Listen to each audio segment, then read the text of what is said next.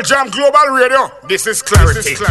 On Easter Sunday, the 27th of March 2016, World Jam Global Radio presents a night called Back Against the Wall. This is to be held at the Pride of Tottenham, 614 High Road, London, N17 9TA. You will be entertained musically on the night with the sounds of R&B, lovers rock, rare grooves and other genres of music. Your DJs on the night will be DJ Mac from World Jam Global Radio, DJ Romantic CT from Heart of Love Radio, DJ Laro from World Jam Global Radio, DJ Mighty from Vibes FM, and DJ John J.E. from World Jam Global Radio. There will be food available on the night, cooked up especially by the original Panman. So make sure you eat some food and burn off those calories. So bring out your nearest and dearest for a trip down memory lane. Dress code on the night, smart and sophisticated. Doors open 9 p.m. and go until 4 a.m. Tickets priced at £10 in advance, 15 on the door, will be available from the following outlets: worldjamglobal.com, located on the events page. Eventbrite.com, search Back Against the Wall. Booking fees will apply. Or the events hotline 07802 30 24 50. Easter Sunday, 27th of March 2016. Back Against the Wall. Be there or be rare. World Jam Global Radio, this is Clarity.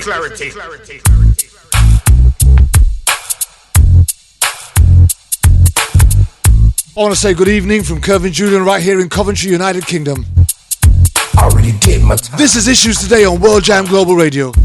Going out to you live across the globe. Did my time. I pay for my crime. Black Lives Matter.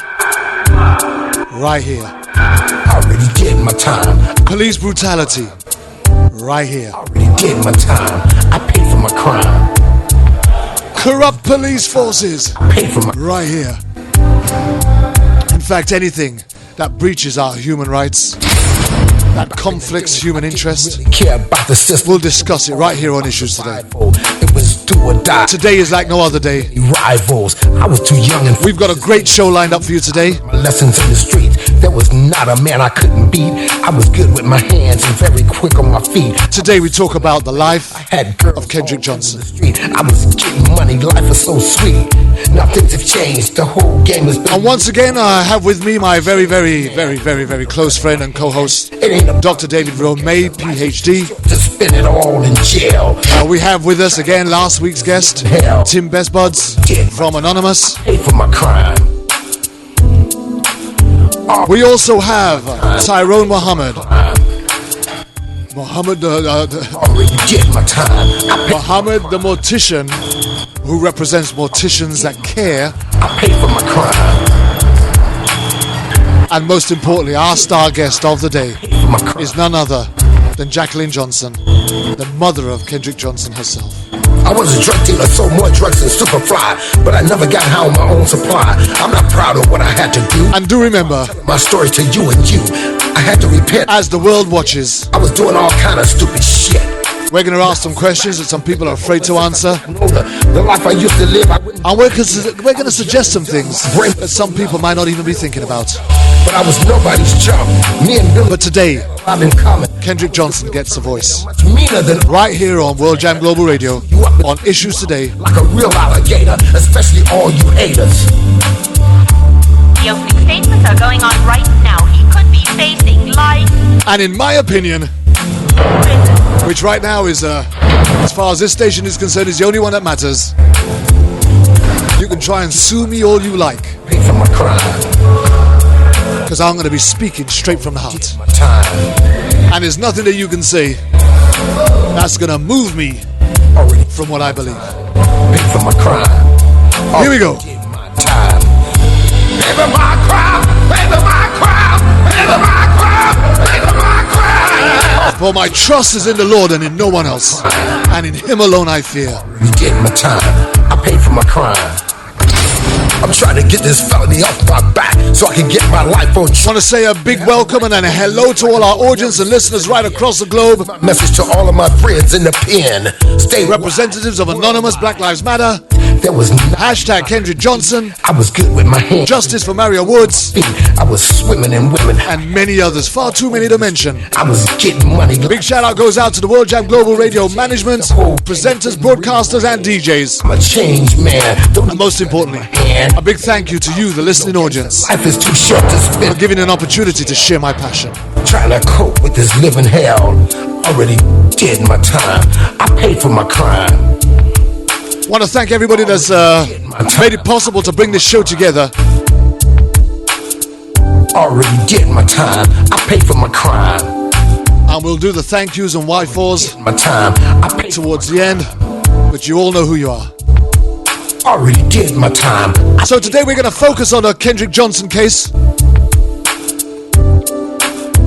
I was a drug dealer, sold more drugs than Superfly. And I want to find out for myself what I had to do. That's why I'm telling my story to you and you. I had to repent. I must admit what's going all on. kind of stupid shit. Now sit back and think it over since I've gotten older. The life I used to live, I wouldn't do. Now, as I said, right here with me today, I've got quite a few guests, and I can never wait to hear what this particular guest might have to say and offer as far as what's happening in America today. And of course, it's none other than my co-host, my dear friend, riding shotgun alongside with me is Dr. David Rumey. Good evening, good afternoon, hello on your side of the pond and the ocean, David. How are you? Kevin, I always love to hear you, my brilliant, elucidated, illuminated friend in the United Kingdom. I am looking at the great ocean that divides you and me today, and I'm wondering why God gave this great ocean to mankind if it wasn't for the purpose of drowning dirty politicians and racists. Because there's certainly enough water to do it.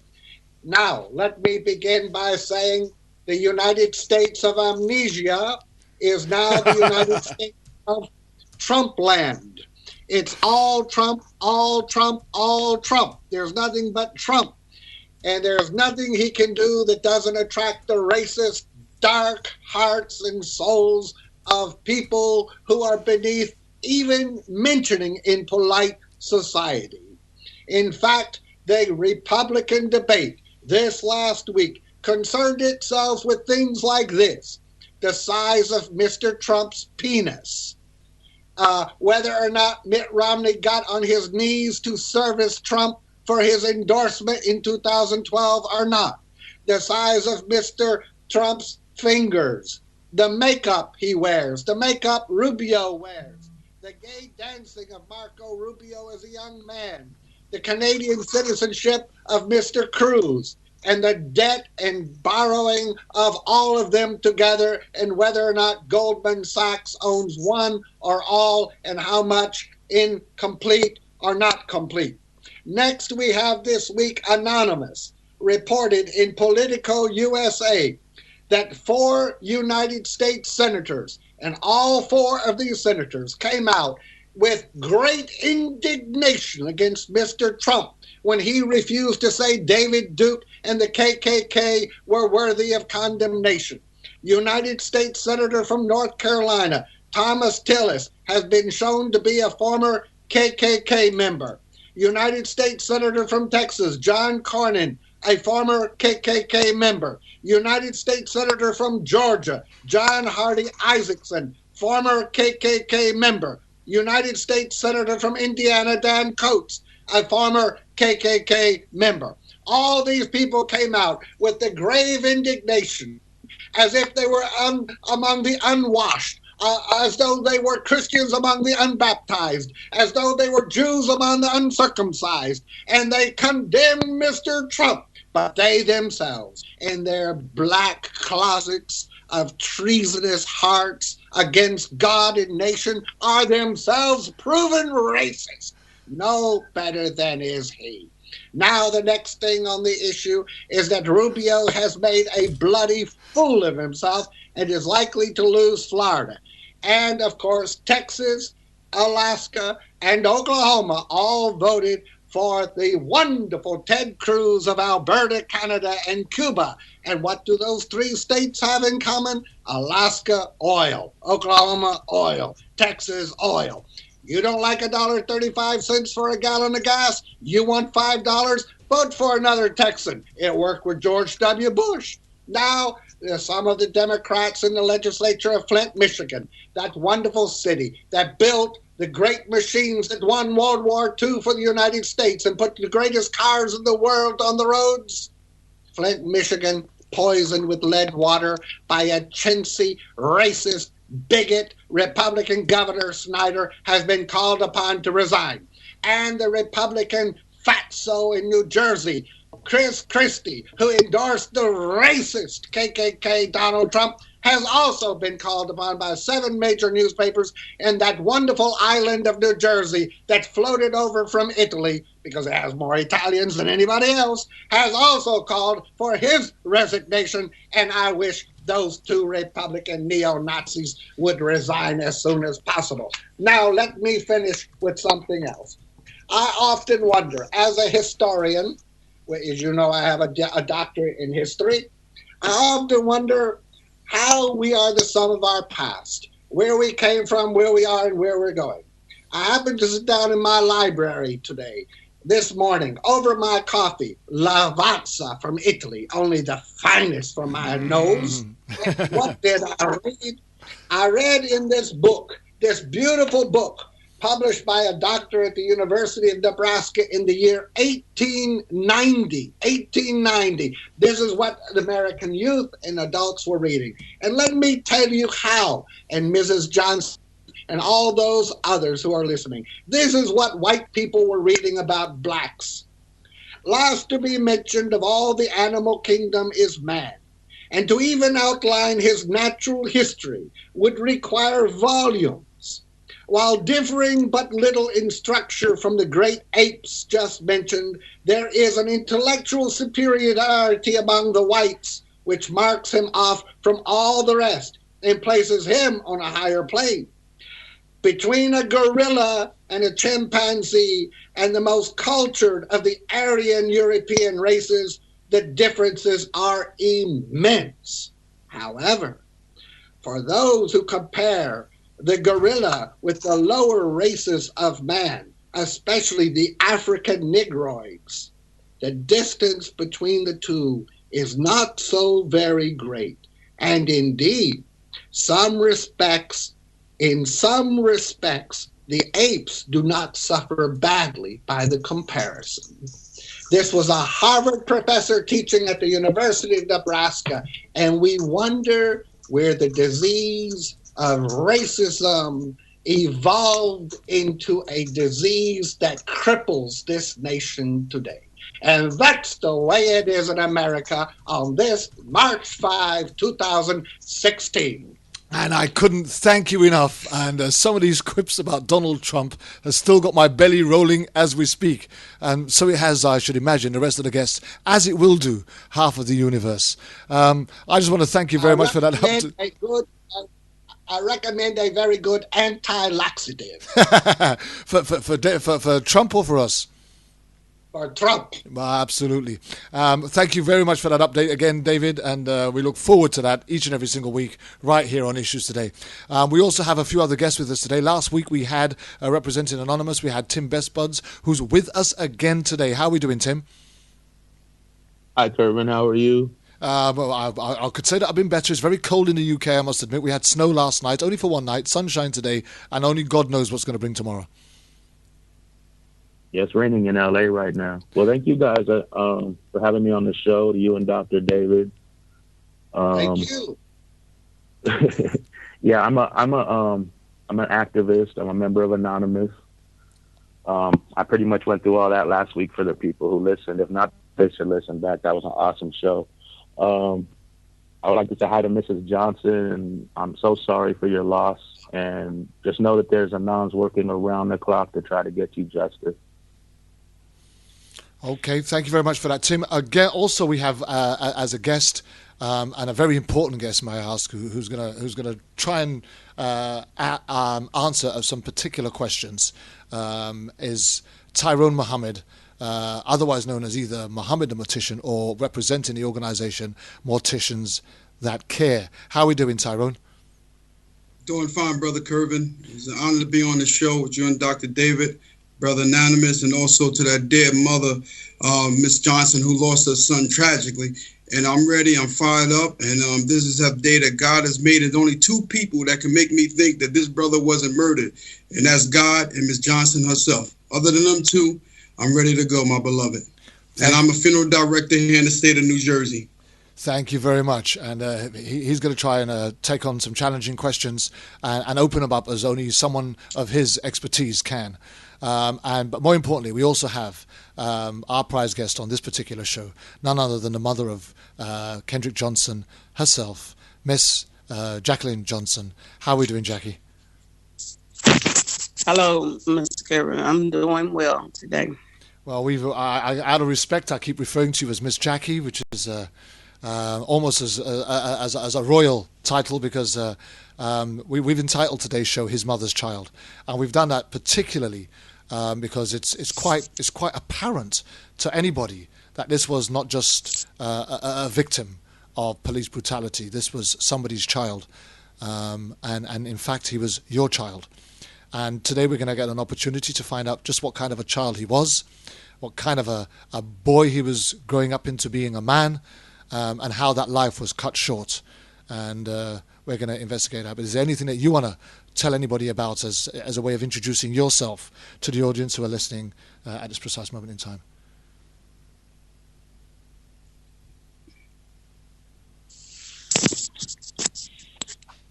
Hi, that was to you, Ms. Jackie. Are you there? Hello? Hello, Ms. Jackie, can you hear us? I can now. Okay. This is just an opportunity for you to introduce yourself to the audience, tell people who you are, and why you've come on today's show. I'm the mother of Kendrick Johnson, and I'm coming today to let you know that Kendrick Johnson's life mattered, and that he was murdered, and it was not an accident.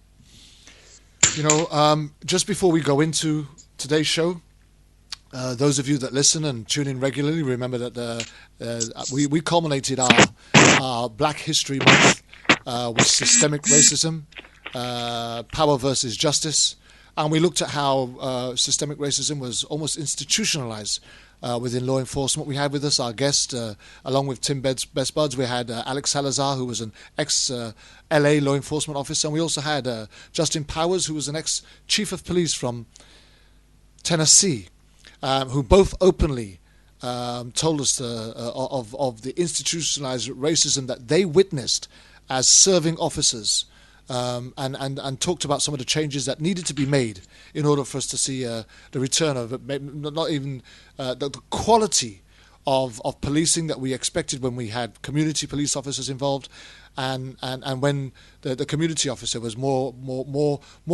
in line with the community and the moral principles of what was considered to be humane.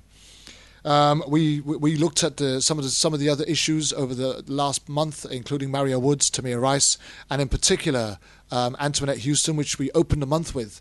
And again, we looked at a woman who was brought up with really good, sincere, moral principles, who had no ill feeling about police or authority, was brought up to respect the law, and never believed that police brutality would be something that she would ever be subjected to. And in fact, she also went on that show to say she'd actually dated police officers in her time as she was growing up. So she wasn't anybody. And one of the things that she said that still stands out with me today was she did not believe that type of police brutality actually happened. She just thought it was something that people said until it happened to her.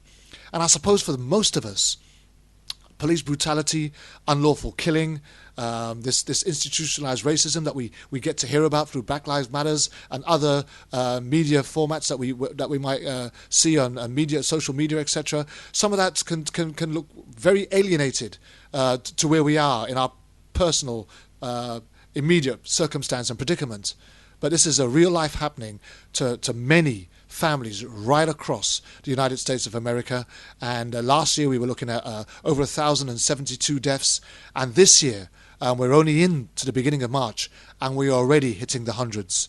There has to be a way to stop this. There has to be a way for us to be able to make some inroads into changes that need to be made in order for us to see a better police force operating in our communities. But today we are going to focus on the life and the death of Kendrick Johnson. And to open that up, our first question has to be, well, what do we know? And Jackie, maybe you can tell us, or maybe let's just go to Tim first. Hang fire a minute, Jackie. Tim, what do we know as the official storyline that has been released as to how Kendrick Johnson was supposed to have died? The official story? The official story is that he was crawling into a gym mat to get a shoe, and he fell in, and I believe the official story said he suffocated. But that leaves a lot of questions unanswered, and it doesn't really make a whole lot of sense to me, and evidently it doesn't make sense to the FBI either, because they're doing an investigation. That's very true, and we're gonna kind of harp on that. We're gonna tune into that just a little bit later. But Miss Jackie, for you as the mother of Kendrick Johnson, you sent your son out to school, right? Yes. Okay, so you sent your son out to school. What was it that you heard once Kendrick Johnson had either been declared? What was it that you heard as the official story for you, as an explanation for your son not coming home that day? Well, they told us he went into the gym, wasn't nobody in the gym. Then they told us he went up there to get a tennis shoe. He was looking for his tennis shoes to go to his next class. He went in the gym, stepped on the mats, crawled into the mats trying to get his tennis shoes, stayed there, got stuck and died. Wow. Okay, we're going to be looking at that in a minute. There are some real discrepancies. Now, what I take it you were given a copy of the original autopsy, right? Yes, we have the autopsy. Okay, and what did the original autopsy say was the official cause of death? Positional asphyxiation. Okay. Tyrone. Yes, sir. So, after the exhumation, right, there was a later autopsy, right? Yes, sir. Have you managed to see that yet? No, sir. But I've been doing this so long, I don't even need to see it because, personally, no, I didn't see it. But first, let me just say here, Brother Kervin, that this Mother Johnson, has been shut out of the investigation. She's been shut out and closed out from the truth, and of the truth. And her son, unfortunately, was closed in a closed casket, which he wouldn't even have been viewed for his final viewing and funeral for his families and friends. Now, I'm just going to jump right into it. Is it okay, my beloved brother? Is it okay? That's absolutely fine with me, sir. Okay. All right. Thank you. Well, for those who don't know, I'm Tyrone Muhammad the Mortician. I'm a funeral director in the state of New Jersey. I have a founder of an organization called Morticians That Care, and we're actively involved in the communities that speaks out against the senseless violence and the high death rate among black young men who's being murdered by brothers and others. Now, to this brother here, to me personally, this brother here was set up. Now, I've been following this case from day one, and I posted it and I talked about it. Now, Brother Kendrick was set up. To me personally, was set up to go into that gym by some people. I don't know who was set up to kill him, and also he has some lookouts. Now, it doesn't make sense to me that this brother would climb up on a 6 feet mat. That don't even make sense. That he would jump up. I don't know how tall he was, but he wasn't 6 feet, I don't think. But he would jump up on a mat that's going to require some energy. Look down at a sneaker that's in a hole that's 17 inches in width. To dig his hand that does not going to go but halfway or a little bit down in the mat. What he could have just simply just tilted the mat over, shook the shoe out, or unloosed it and rolled it out. No, how the brother got in there is because somebody rolled that brother up in there. And the fact of the matter, if you look at this brother's face, I examined his face because I have embalmed thousands of brothers, hundreds of brothers, 1,000 brothers here in the state of New Jersey who have been murdered. And I looked at that brother's face real carefully, and you can see the dehydration marks where this brother was punched. It's clearly shown right there. The brother's lip was split. You don't get your lips split from sliding down in some mat, man. And you can see that he had some skin slip on the middle of his face. If you look at it, you can see the abrasions. That's not going to come by from a mat. That comes by because this brother was traumatized. He was punched, and I believe that he was asphyxiated, but he wasn't asphyxiated by no mat. He was asphyxiated when somebody was choking his brother to death, and they planted that brother in the mat. So, to me personally, and like I said, from my professional opinion as a funeral director, that this brother was clearly murdered, and there's nothing that no one can say to me, like I said, other than his mother Johnson, because there's nothing like a mother's wit who knows what happened to her son, and God himself, that brother Kendrick Johnson was clearly murdered, and it is a great cover-up to this mother who's not getting the justice that she needs. So that's what happened. The brother didn't die because he was upside down, and at some point, no, if you look at the position of brother KJ or Kendrick's clothing, it doesn't even fit well. It doesn't. His clothes is positioned in the wrong way. His arms is positioned in the wrong way. His legs is crisscrossed. Somebody folded the legs. If you look at it, his legs wouldn't have been that way. And how would he would have put his sneakers right behind? If he's down, how his sneakers get on top of his feet? And he's upside down. Now, also, what's very critical in this case is that this brother Matt, from when I looked at it, his mat is way in the back. Why is his mat way in the back and all the other mats are in front of it? They had to move those mats to get to him. So somebody put that brother in there, and I think that it wasn't. They killed this brother. They had some lookouts, and they put that brother in there. Now I don't think it may have been right then and there, or they might have put that brother somewhere, but they killed him, put him in there, rolled him up, and pushed that mat way in the back. And that's exactly what happened. Now, hold on 1 second, beloved. I'm gonna let you go, Brother Curry, because I've been waiting to get on this, man, because this mother deserves justice, man. They murdered this young brother. They murdered this brother, man. And then the funeral directors, that's why I'm pissed off at the funeral home, because they knew that this brother was murdered, and this is a high-profile case. You get this brother body inside the funeral home, you're supposed to take pictures of this body. And if the brother viscera was not in his cavity, in the funeral business, when we call organs, they come in a garbage bag inside your stomach. If his viscera wasn't in there, you should have told his mother that whoever got him, FBI got him, his viscera wasn't there. They should have told him and took pictures of this thing, of this brother viscera. Let me just stop you right there. Let me just stop you right there a minute, Tyrone, because there's a couple of things that have been said, and I just want to clarify if there's any truth in that, and maybe Miss Jackie could answer that for us.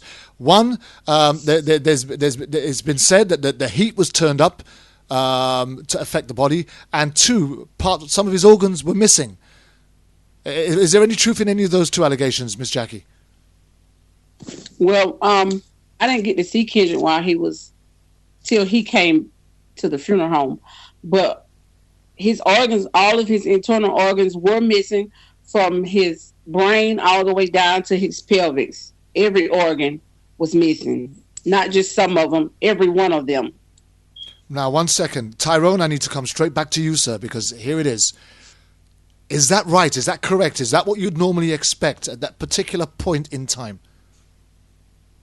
Well, that's a very deep question.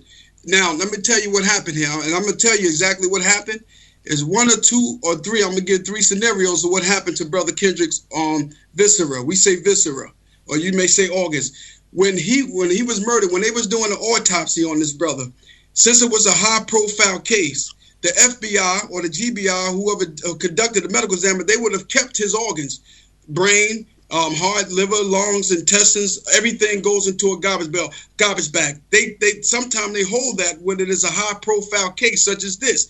Now, the fact of the matter, that normally don't happen, because when we get them, we have to treat them. We have to embalm that viscera that's in that bag to keep the odor down, to keep it from decomposing. Now, with Brother KJ, if the funeral home received his viscera, this is what they did with it. He might have been in an advanced stage of decomposition. And when I see his face, his face is not what I would have expected from a person that died in such a manner that he died.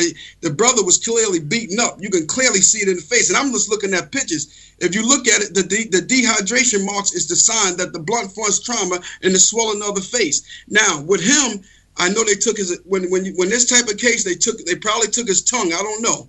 But you can ask the mother. They take his tongue, They took his esophagus, and they're going to take all his organs. Now, what the funeral home did was that, being that he was in that situation, when they sent him back, when they sent Brother Kendrick back to, I think they came and got him, and they took him back, they held his viscera.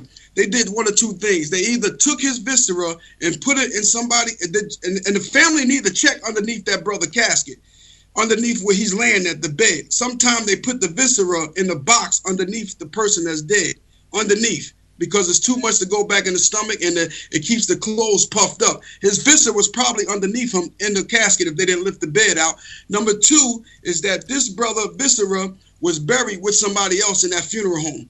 And number three, they cremated his viscera when they went to cremated somebody else. They took his viscera and put it in somebody else's and had it cremated.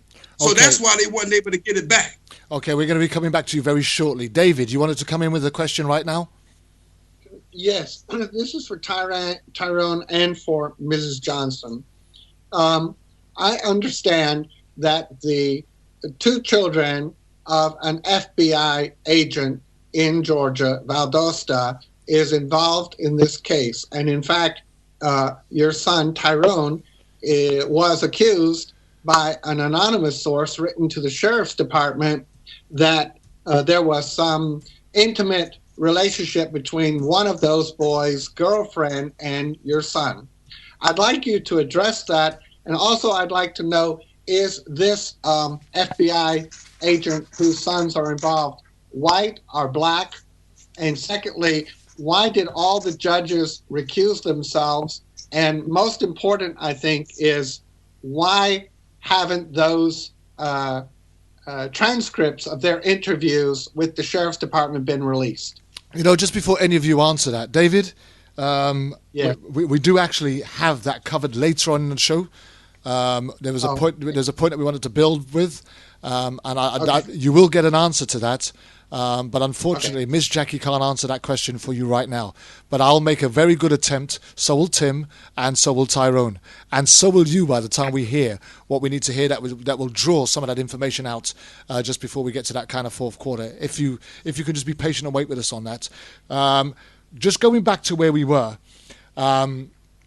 So what can we actually assess as fact? What can we determine that is actually factual about how Kendrick died? Maybe Tyrone, you might just want to start. What would you conclude to be as fact that we can accept as that's fact? Well, it's fact. Like I wasn't there, brother, but being in my professional opinion, and just dealing with common sense, that this brother was lured to his death.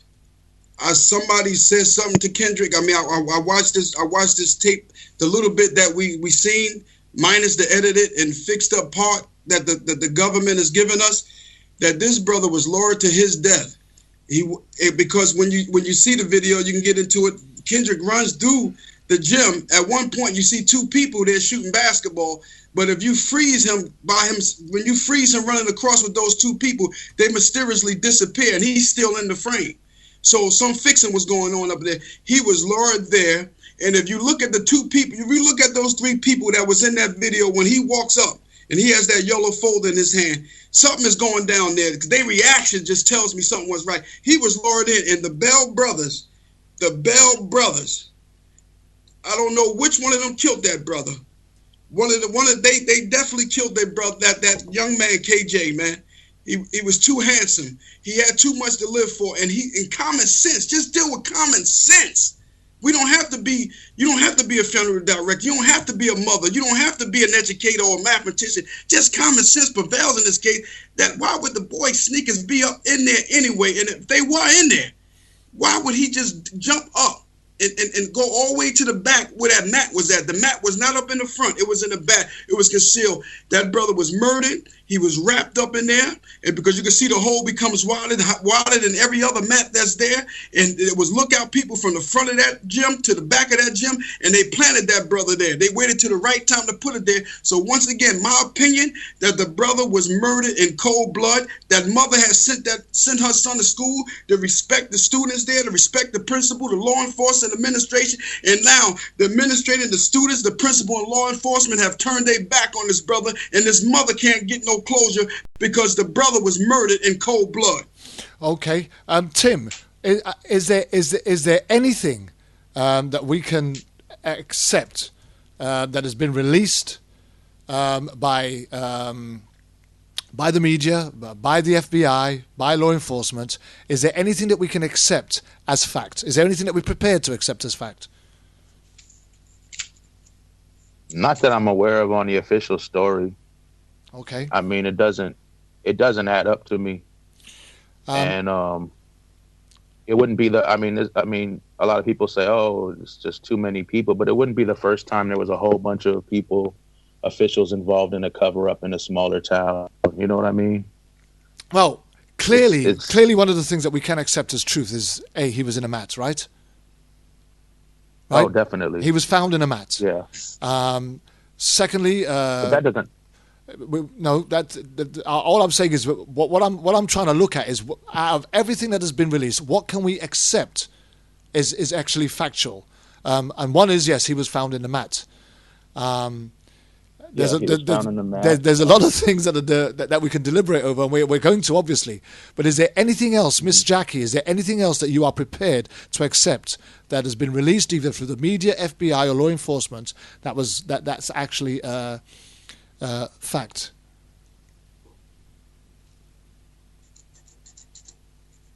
I believe the second pathologist report that he died from blunt force trauma. I accept that. I think we can. And accept that. So how does that line up with the autopsy that read as asphyxiation? It's totally the opposite. It contradicts it in full. Okay. Was he wearing his shoes at the time that he walked into the gym? I can't answer that. Maybe Mrs. Johnson could have something. Hey, Miss Jackie? Yes, he had on shoes. They showed him walking down the hall. They showed him when he entered the gym.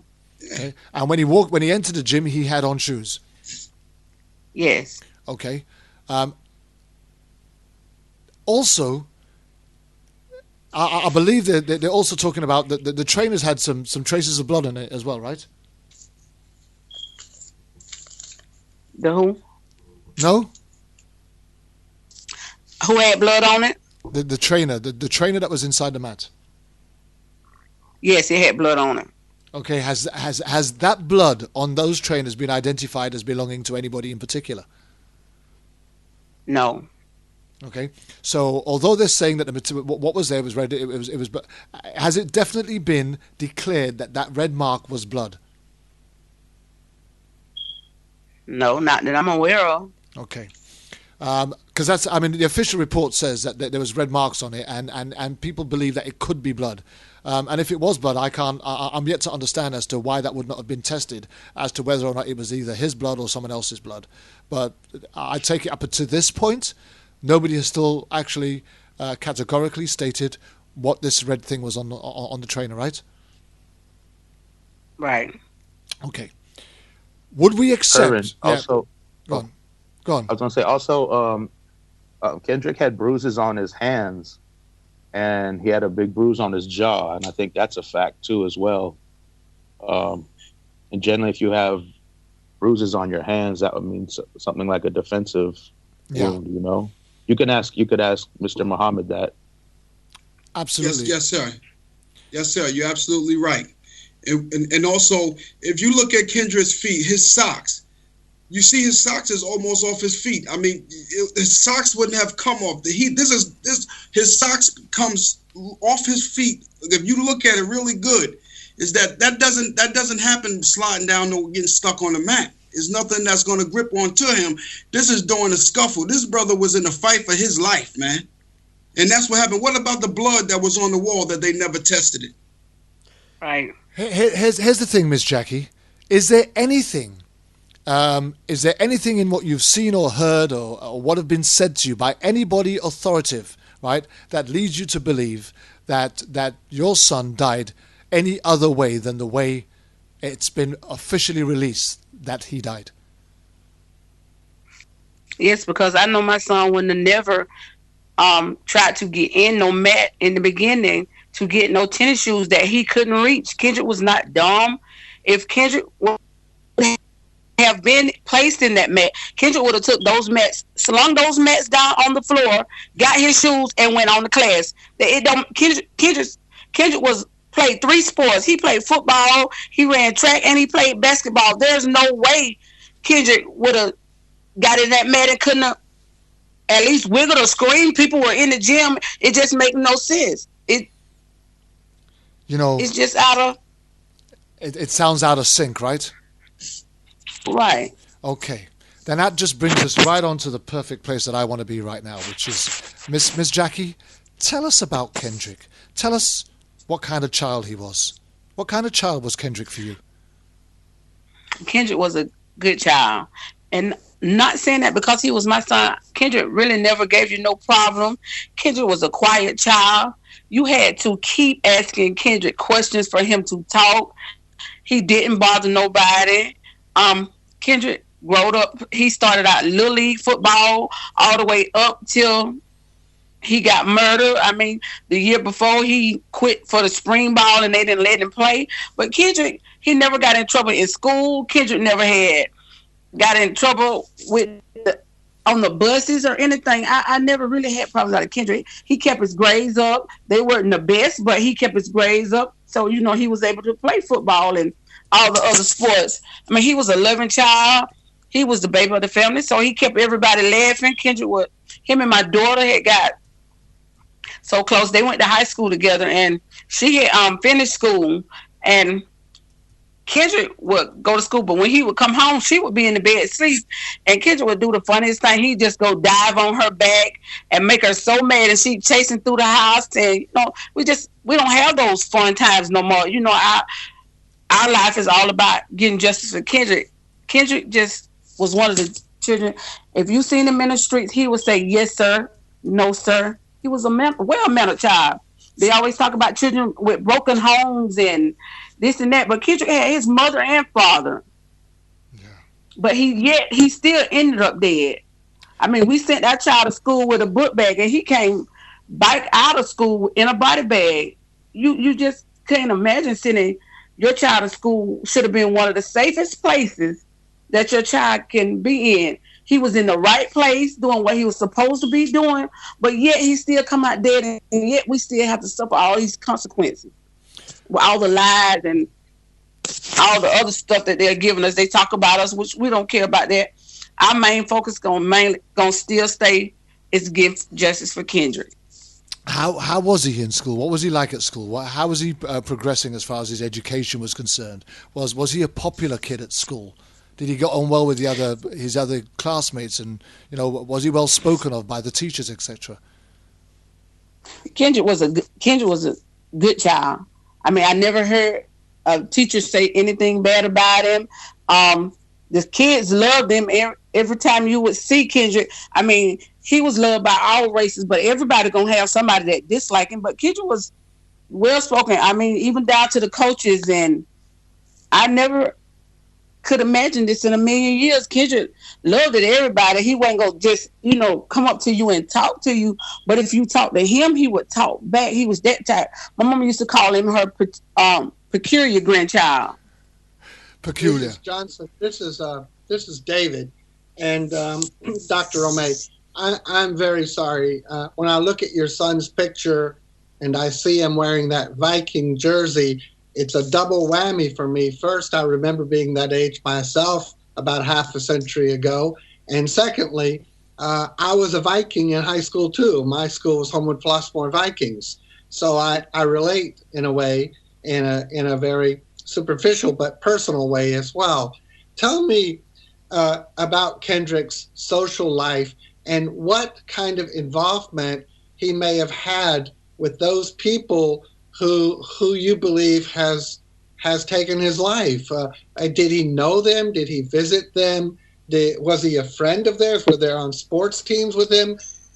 Tell us a little bit about his social life in terms of how an animosity that could arise to the level of murder could occur.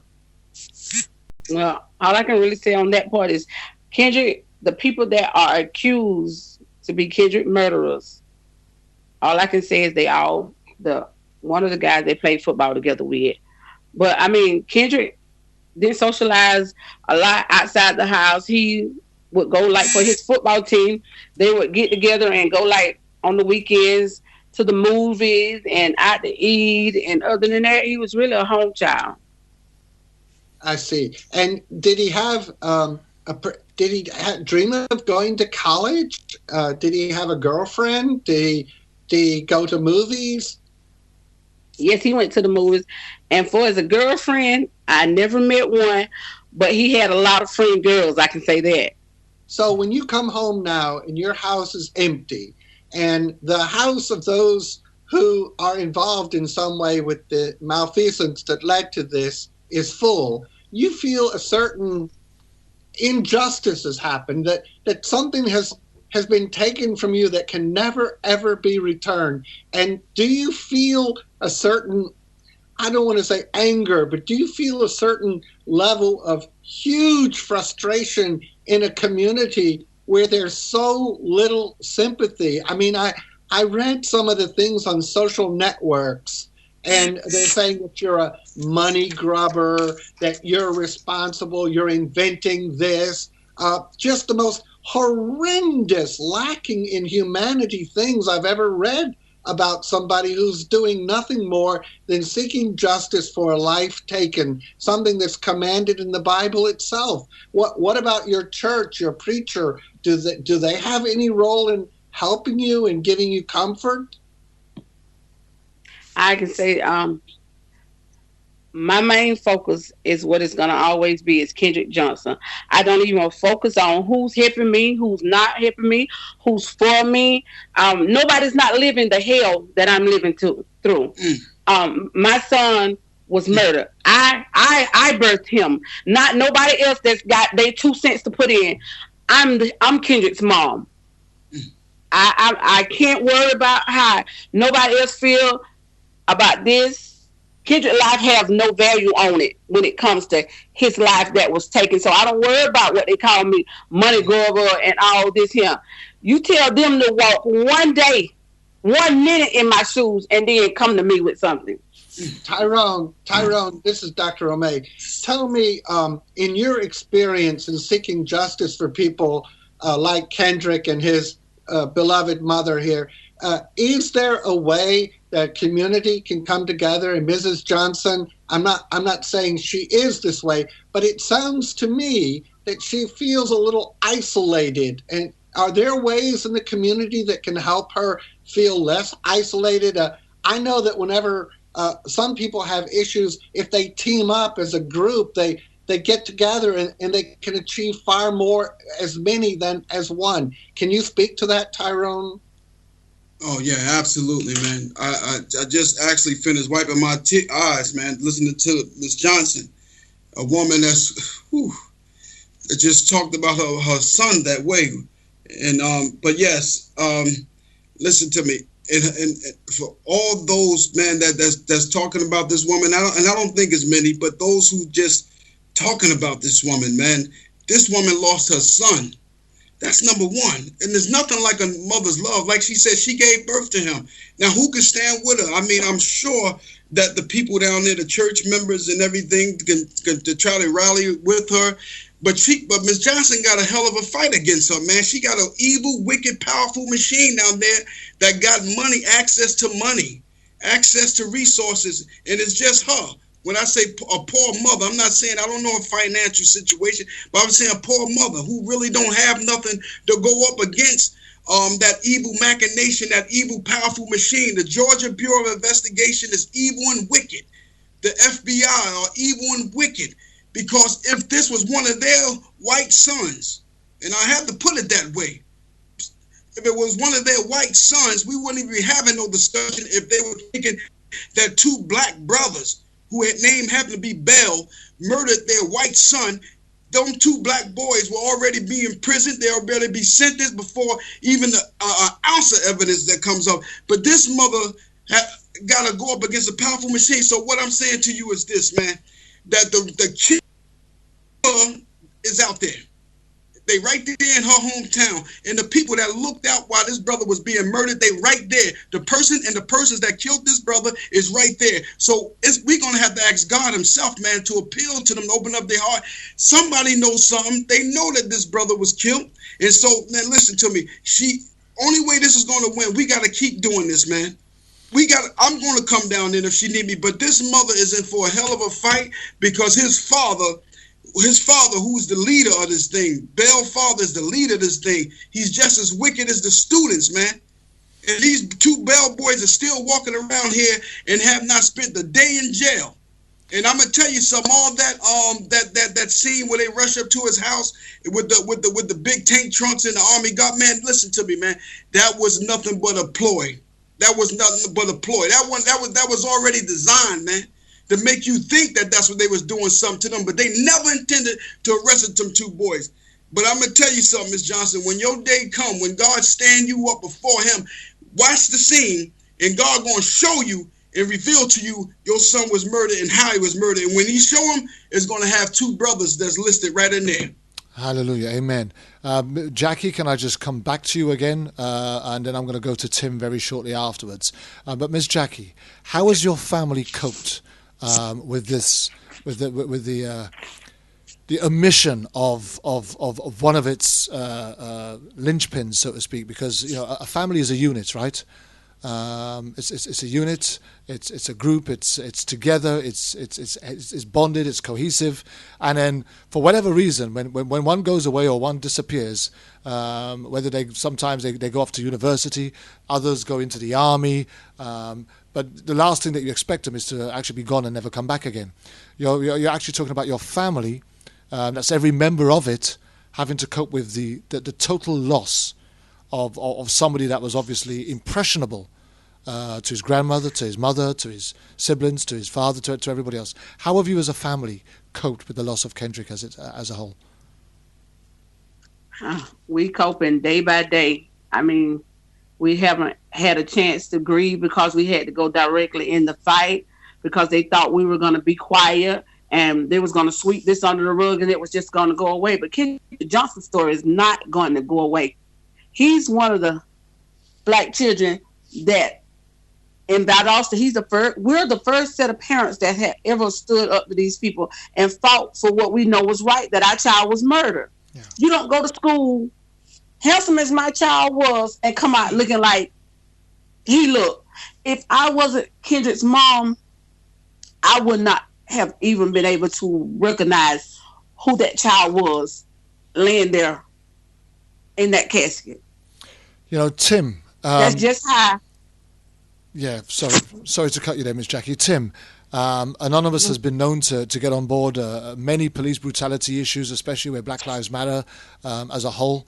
But the Anonymous have got behind the hashtag Kendrick Johnson movement in a really massive way. What stuck out for you first and foremost? And more importantly, what stuck out for Anonymous and people like yourself and Anon Trip who've really been on board with this from day one? Yeah, Anon Trip was the one who started this. I came in later on. I came in through looking at the hashtags, going through Anonymous, different Anonymous hashtags on Twitter. Originally, it was called Op Titletown, and then it changed to just Kendrick Johnson. But yeah, I mean, the story is just so incredibly unbelievable, the official story. And then the more research you do, you have to be a complete and utter idiot to think it was anything other than murder. I mean, there's no doubt in my mind it was murder. The official story is crap, and that's what made me get involved. I'm involved with Op Serena Shim. The last year of my life has kind of been with that, but I try to support a lot of ops, and this is one of the ones I think is important, and I try to back as much as I can. Okay, so... But yeah, it's heart-wrenching. It's horrible. And in this particular case, for example, one of the things that I've actually identified, and I realized it quite quickly, and although we did say we wasn't actually going to give air to a particular set of people, I'm not going to name them, and I'm not even going to talk about what they represent. But I have never seen any of the cases receive that much negative social media attention as this case has actually received. And anybody that stands in support of the hashtag Kendrick Johnson seems to come under attack. From this. Is this unprecedented? Is this normal? Is this standard? Or is this absolutely totally different, on a different scale to what we've seen? No. The thing about the trolls on this there's about 5 of them, and they're totally persistent because they all have something to lose. They're all related to the family in some way. And there's just a few of them, but they're just totally persistent. I've been on things with much worse trolling, much worse than this. It's just these 5 people are, related to the family and have a lot to lose, so they're persistent and they're non-stop, follow the hashtags all day because they don't want their people in jail. Okay, so going back to you, Miss Jackie, did Kendrick have a history of disciplinary issues either at home or at school? No. He had no disciplinary issues at home, no. And he had no disciplinary issues at school. So, again, when we was looking at the Tamir Rice case, where the officers arrived and in 2.3 or whatever it was, just under 3 seconds, they shot him dead playing with a toy gun in a park. We asked the question then, and I'm asking it again now, because the bottom line is, if you could have come out with Tamir Rice being a bit of a bully, having a known reputation for intimidation or manipulative behaviors, if Tamir Rice was known to have misbehaved at school and been violent or aggressive, you could have understood if he was known to police. For any form of aggressive, violence or criminal behaviour, whether he was 12 years old or 25, you could understand that the police would have approached it with caution. Is Kendrick the type of individual that people would have had a reason for having a problem with? No, he's not. And so never. Kendrick.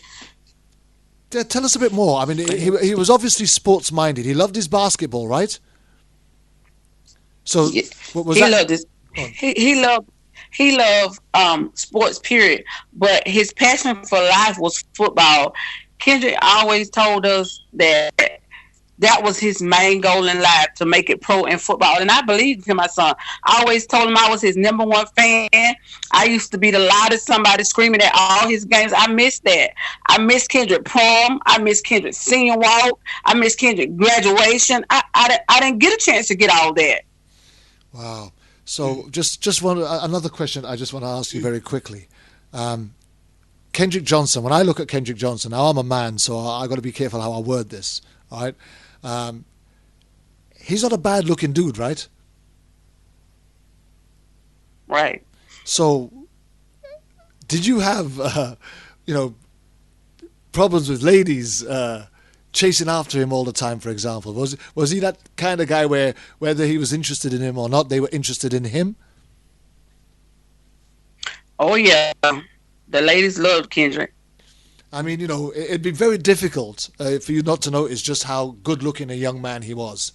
So I would have imagined it would have been nigh on impossible for some of the girls in his year, in his group, in his circle to take a fancy to him.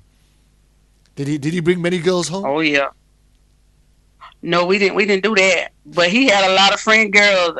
Everywhere. You go through the mall. Him and his dad used to go through the mall, and his dad would come back.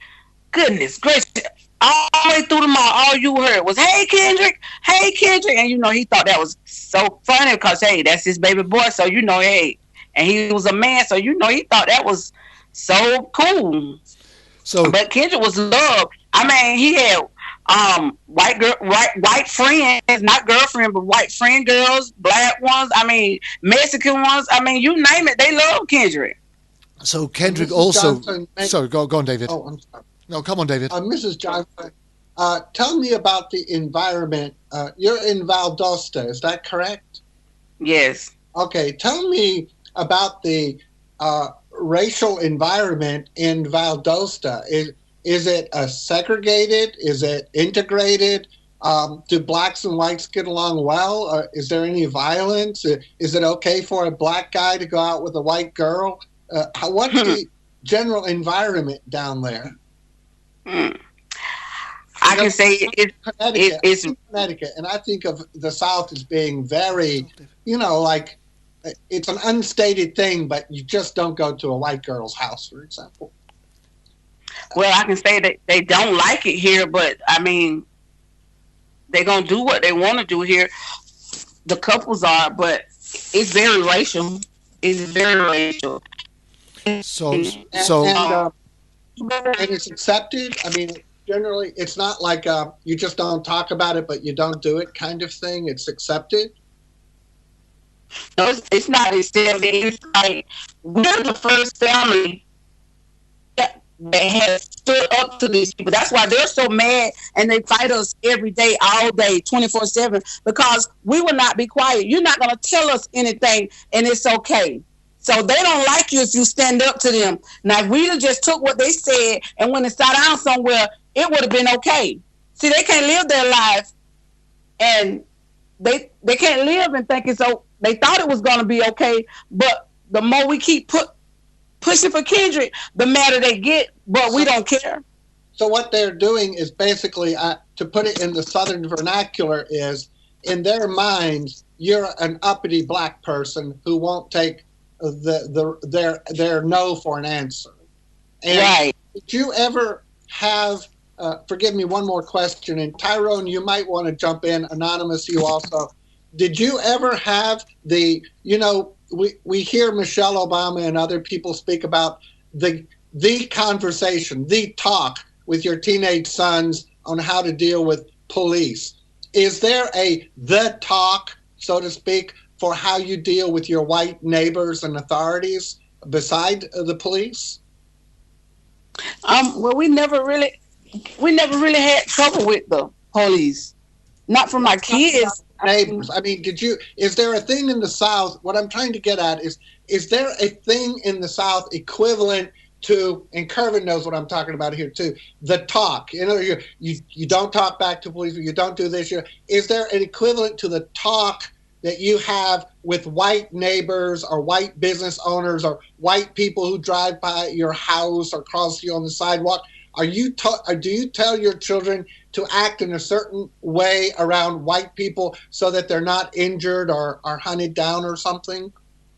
No, I don't. No. No. So in other words, there's really no need to harbour racial barriers because the racial divide is not so wide. Is that what you're trying to say? Oh, the racial divide is. I just didn't talk to my kids about that because I want my children to be able to live free. I mean, they know the boundaries and all that, but let me ask you now that this has happened in your life, would you have a conversation of that nature